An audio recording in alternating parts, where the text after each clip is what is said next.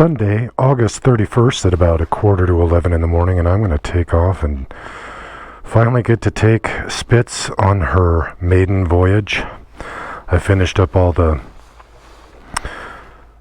modifications to make her a little bit safer, so I got on my protective gear.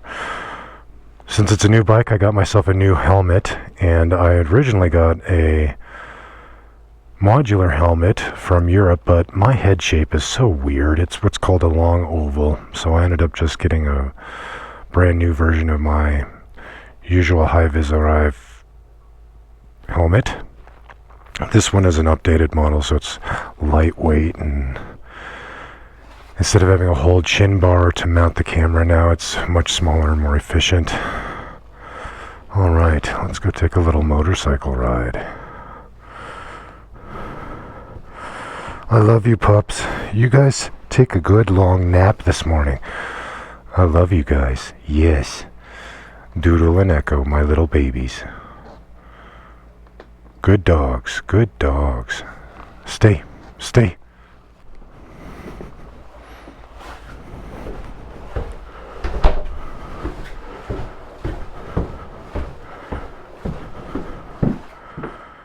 All right.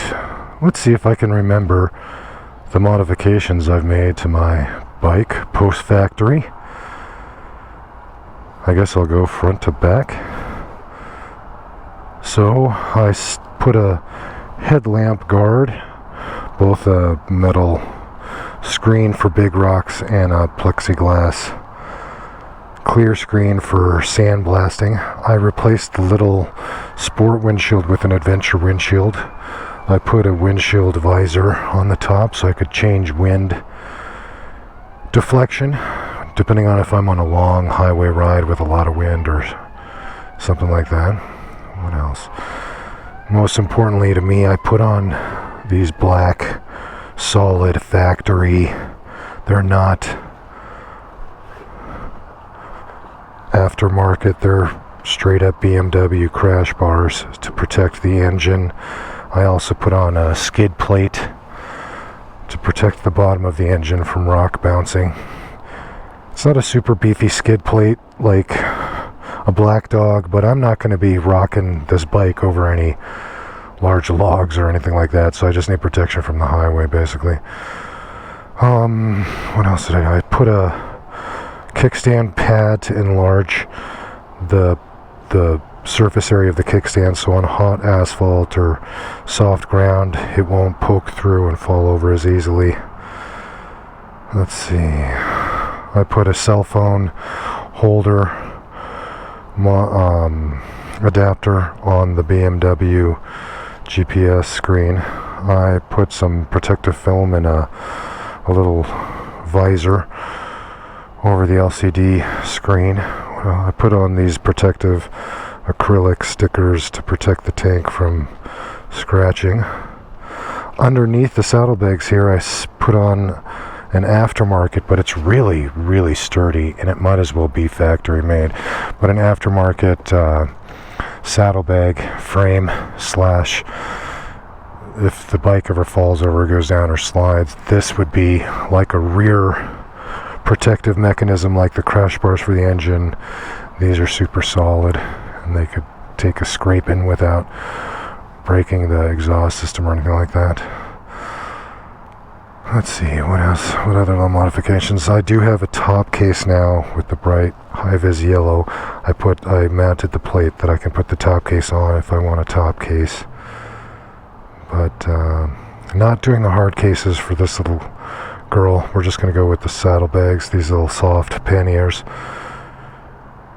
just in case I'm riding her a little bit more aggressively off trail, and let's say I go down, the crash bars in these saddlebag holders slash soft saddlebags will protect her as well as protect my feet. A hard case has a much more likelihood of breaking someone's foot if you go down, whereas a soft saddlebag does not.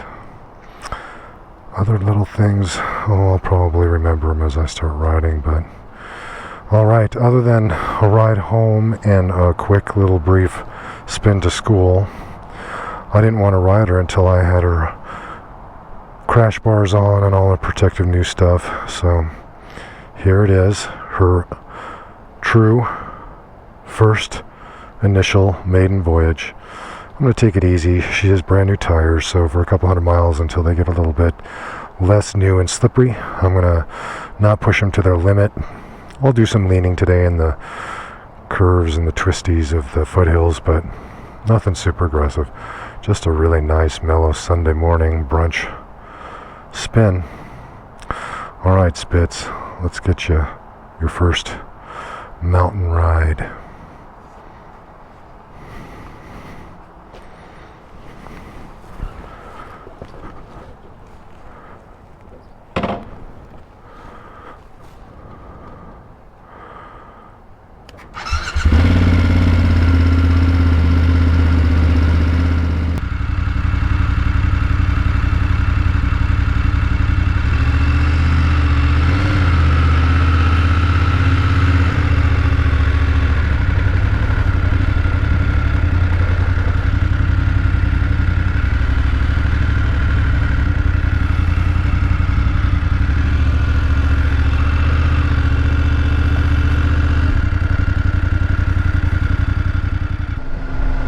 This taller windshield is perfect. I'm in this little windless envelope. Quite pleasant, quite easy.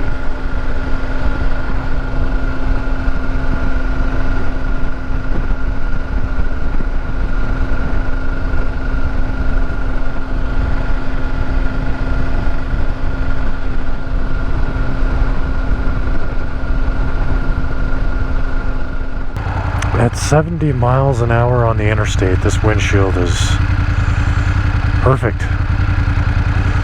The only difference I really sense between the 1250 that I just traded in and this little F800 is the height. I'm much lower to the ground on this little beast than I was on that tall machine. But power and speed, I can tell the top speed is of course a lot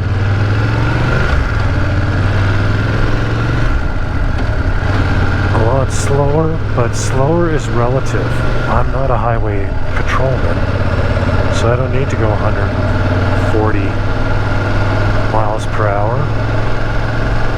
This little beast tops out at 120, which is more than enough power and speed for me, because honestly I'm not even that into the interstates.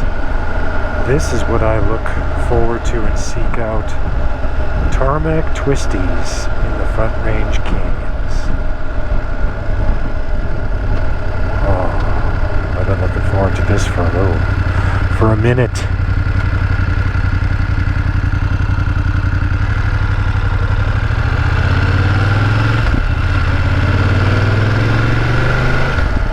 Cruise by the Chatfield Botanic Garden Center here.